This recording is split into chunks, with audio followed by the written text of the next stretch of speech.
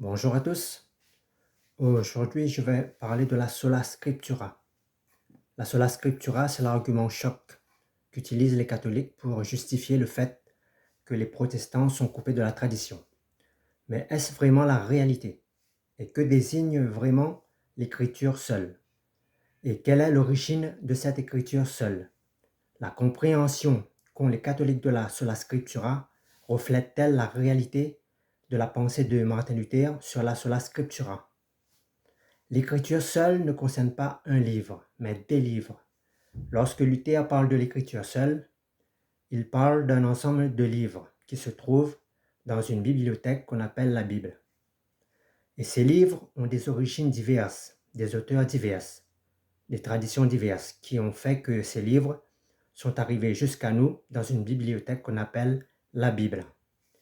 L'écriture seule ne désigne pas un auteur. Cette écriture seule désigne en réalité des écritures seules, et elles ne sont pas apparues comme par magie.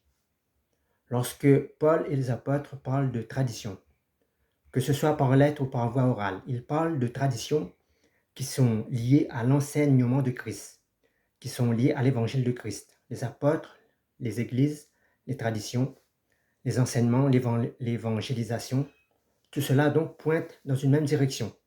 Le but, la propagation de la bonne nouvelle, qu'elle soit par voie orale ou mise par écrit.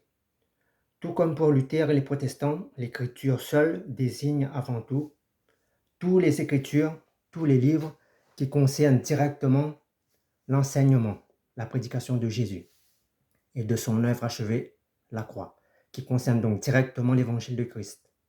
La bonne nouvelle liée à Christ.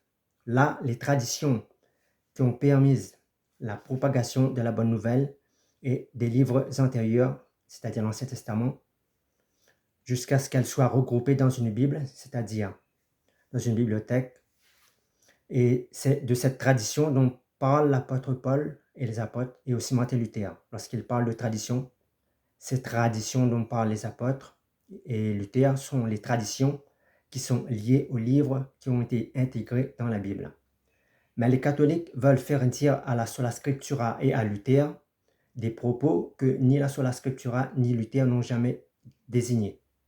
Les catholiques incluent dans le mot tradition deux types de traditions.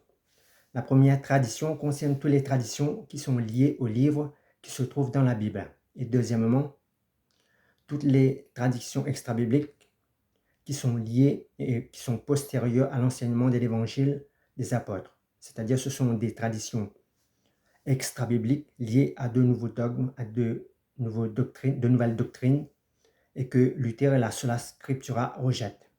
Donc, je le rappelle, la sola ne désigne pas une écriture seule, mais des écritures seules.